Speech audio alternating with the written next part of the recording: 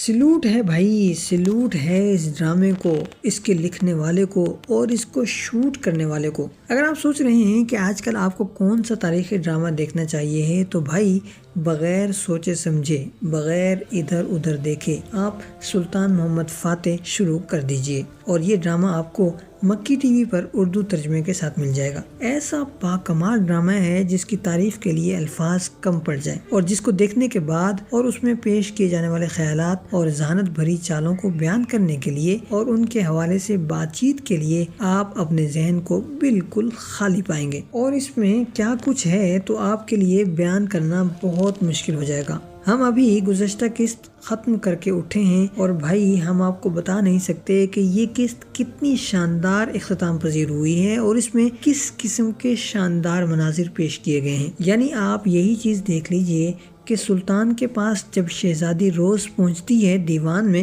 یا پھر ان کی خدمت میں، تو وہ ان کی تعریف کرتی ہے، اور اسی تعریف کے دوران وہ نہایت لطیف انداز میں اور بڑے ہی خوبصورت اور نامحسوس انداز میں، یعنی ایک ایسے انداز میں جو شاہانہ انداز کہلایا جا سکتا ہے، جس میں ہاں بھی ہے اور نہیں بھی ہے،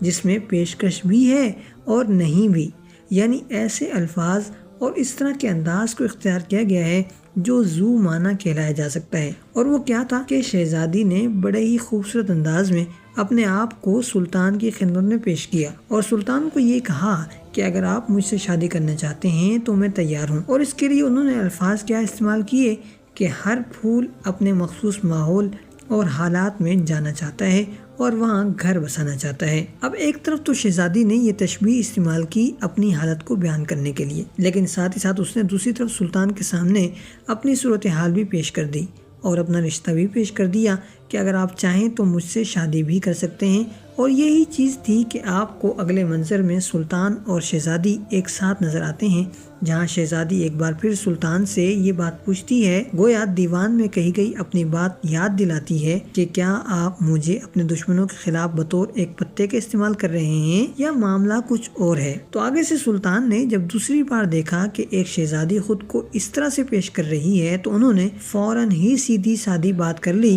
کہ یہ دل کا معاملہ ہے، اور اب بتائیں کہ آپ کا اس معاملے میں کیا فیصلہ ہے۔ اور یوں وہیں کھڑے کھڑے رشتہ طے ہو گیا اور مقام بھی طے ہو گیا، اور سلطان نے شہزادی کو اپنے سے منسوب حرم میں روانہ کر دیا۔ صرف اس ایک منظر کو تحریر کرنے والے دماغ کو جتنا سلام پیش کیا جائے اتنا کم ہے، لیکن ٹھہریے، معاملہ یہیں ختم نہیں ہو جاتا۔ آپ ذرا قسط کو آگے لے جائیے اور قسط کے اختتامی لمحات میں پہنچ جائیے، جہاں ایک طرف سلطان نے اپنے دشمنوں کو حاصل ہونے والے درہم اور دیناروں پر قبضہ کرنے کا فیصلہ کیا ہے اور بے داغ منصوبہ بنایا ہے، وہیں انہوں نے بندرگاہ پر حملہ کرنے کے لیے اپنے سپاہی روانہ کیے ہیں، اور دوسری طرف انہیں اس بات کا بھی اندازہ تھا کہ ہمارے ساتھ ڈبل گیم بھی ہو سکتی ہے، یعنی کہ درہم اور دینار ضروری نہیں ہے کہ وہ سمندر کے راستے ہی بھیجا جائے، یہ بھی ممکن ہے کہ بوسنیا کی ملکہ اسے اپنے ساتھ لے کر آئے، لہٰذا انہوں نے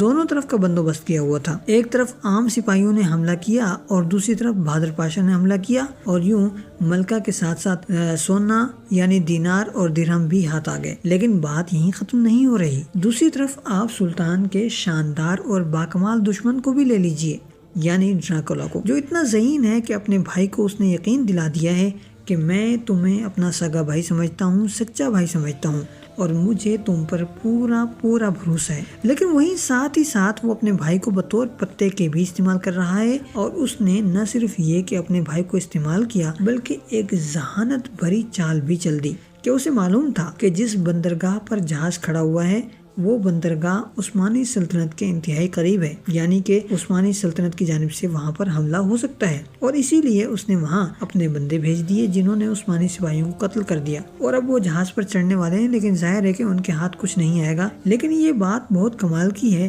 کہ اس ڈرامے کو تحریر کرنے والا نہ صرف سلطان کو ایک عبقری ذہن کا شخص بنا کر پیش کر رہا ہے بلکہ ساتھ ہی ساتھ وہ سلطان کے دشمن کو بھی بہت باکمال اور لاجواب شخصیت کے طور پر پیش کر رہا ہے، جو سلطان کی شخصیت کو مزید خوبصورت کر دیتا ہے کہ سلطان اگر انتہائی اعلیٰ درجے کا ذہین اور متبر شخص تھا تو اس کے دشمن بھی اسی طرح بہت اعلیٰ درجے کے ذہین اور متبر تھے۔ ڈرامے کی خوبصورتی کو بیان کرنے کے لیے تو ہمارے پاس الفاظ ہی نہیں ہیں، لیکن جو ممکن تھا وہ ہم نے آپ کے سامنے صرف 2 مناظر کے طور پر پیش کر دیا ہے۔ لیکن اس کے علاوہ بھی سلطان جس قسم کی چالیں چلتے ہیں اور جس قسم کی اعلیٰ سوچ اور افکار ان کے ہیں، ان کے لیے الفاظ میں بیان کرنا ممکن ہی نہیں ہے۔ اگر بات کی جائے آنے والی قسط کی تو آنے والی قسط بڑی ہی مزیدار ہونے والی ہے، کیونکہ ایک طرف ملکہ کترینہ سلطان کے ہاتھ میں آ چکی ہے اور دوسری طرف ڈریکولا اپنے بھائی کو غداری کے چکر میں مارنے جا رہا ہے، اور یقیناً اس کی وجہ یہی رہی ہوگی کہ اس کے ہاتھ کچھ نہیں آ پایا سوائے یہ کہ اس کے ہاتھ خون میں رنگے ہیں،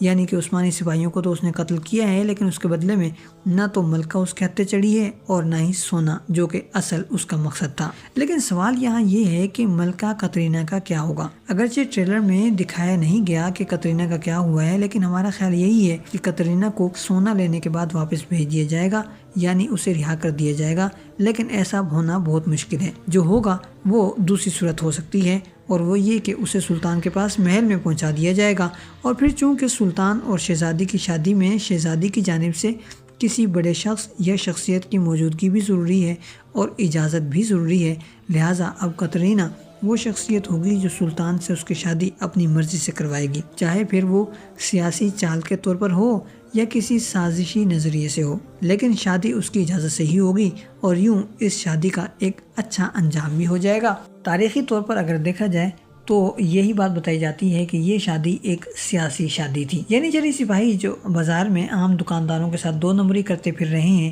اگلی قسط میں ان کو بھی سبق سکھا دیا جائے گا، اور آنے والی قسط میں امید یہ ہے کہ بوسنیا کی جانب یا پھر افلاک کی جانب سلطان کا سفر شروع ہوتا ہوا نظر آنے والا ہے، جبکہ اندرونی طور پر وزیروں کی لڑائی بھی زبردست انداز میں آگے بڑھتی ہوئی نظر آنے والی ہے، اور اسحاق پاشا اس کوشش میں ہے کہ زاغنوس پاشا کو محل سے دور کر دیا جائے، لیکن آنے والی قسط کے پہلے ٹریلر میں زاغنوس پاشا محل میں نظر آ رہے ہیں اور سلطان کے دیوان میں بھی، بلکہ سلطان کو جواب دیتے ہوئے بھی نظر آ رہے ہیں، جس سے ظاہر ہوتا ہے کہ اسحاق پاشا کا منصوبہ اب تک تو کامیاب نہیں ہوا، لیکن آگے چل کر کامیاب ہو سکتا ہے۔ لیکن امید یہی ہے کہ آنے والی 2-4 قسطوں میں اسحاق پاشا کسی نہ کسی وجہ سے یا کسی نہ کسی غلطی کی وجہ سے اپنے عہدے سے اتار دیے جائیں گے، کیونکہ تاریخی طور پر یہ بتایا جاتا ہے کہ جس وقت سلطان نے افلاک کی جانب کوچ کیا تھا اور وہاں لڑائی ہوئی تھی تو اس وقت سلطان کا وزیر اعظم محمود پاشا تھا، اور محمود پاشا نے افلاک کی فوج کے سامنے لڑنے کے لیے فوج کی کمان بھی کی تھی اور بڑے ہی زبردست قسم کے کارنامے بھی سر انجام دیے تھے، لہٰذا اگر تو تاریخ کا خیال رکھنا ہے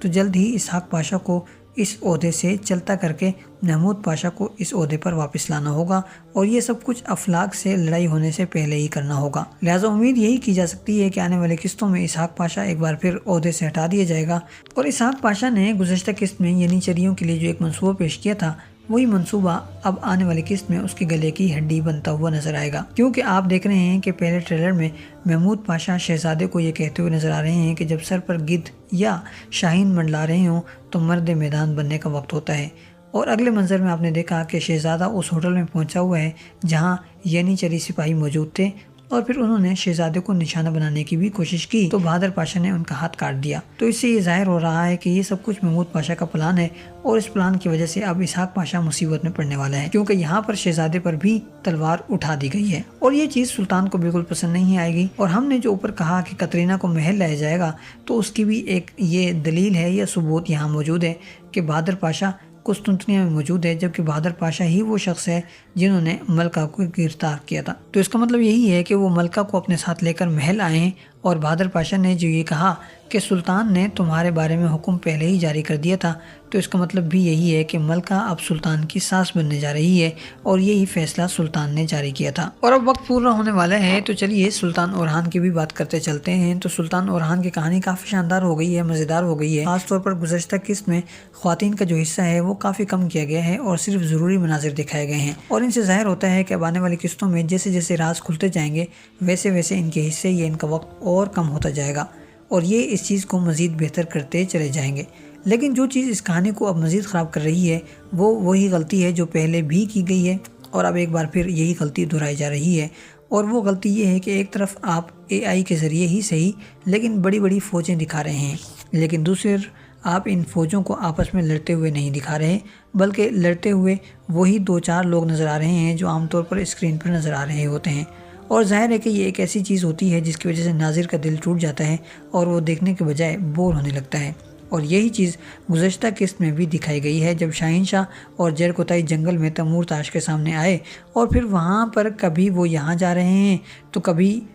وہاں جا رہے ہیں، کبھی اس طرف اور کبھی اس طرف، لیکن اس سب میں AI کے ذریعے ایک بڑی فوج تو دکھائی جا رہی ہے، لیکن جب قریب کے مناظر دکھائے جاتے ہیں تو یعنی جب آدمی کو سامنے سے دکھایا جاتا ہے تو تب اس کے پیچھے وہی 2-3 لوگ کھڑے ہوئے نظر آتے ہیں، جبکہ وہ فوج جو AI میں دکھائی جاتی ہے وہ موجود نہیں ہوتی، اور یہ ایک بہت بڑی کمی ہے۔ اور اگر اس کمی پر قابو نہیں پایا گیا تو یہ ڈرامہ مزید نیچے گرتا چلا جائے گا، اور ویسے بھی گزشتہ 2 قسطیں بہت شاندار رہیں، لیکن ان کی ریٹنگ نیچے سے نیچے ہی جاتی ہوئی نظر آ رہی ہے۔ دوسری طرف اورحان کی بدنصیبی کہیں یا جو بھی کہ پہلے صرف ایک ڈرامے سے مقابلہ تھا، لیکن اب آنے والے ہفتوں میں اسے ایک اور زبردست قسم کے پروجیکٹ کا بھی سامنا کرنا پڑے گا اور اس سے بھی مقابلہ کرنا پڑے گا، اور ظاہر ہے کہ اب یہ ریٹنگ مزید نیچے جائے گی، اور اس کی وجہ یہی ہے کہ مزید پروجیکٹ آ گئے ہیں تو آڈینس تقسیم ہو جائے گی، اور اس وجہ سے اس ڈرامے کو شدید نقصان پہنچے گا۔ تو اب آڈینس کی توجہ کھینچنے کے لیے ضروری ہے کہ آپ وہ تبدیلیاں کریں جو آڈینس کی مرضی کے مطابق ہوں، نہ کہ وہ جو آڈینس کی چاہت کے خلاف ہوں۔ جہاں تک بات ہے اورحان کی اگلی قسط کی، تو اس حوالے سے ہم آنے والی ویڈیو میں تفصیل سے بات کریں گے۔ آج کے لیے اتنا ہی، ملتے ہیں بہت جلد ایک نئی ویڈیو کے ساتھ۔ والسلام علیکم ورحمۃ اللہ وبرکاتہ۔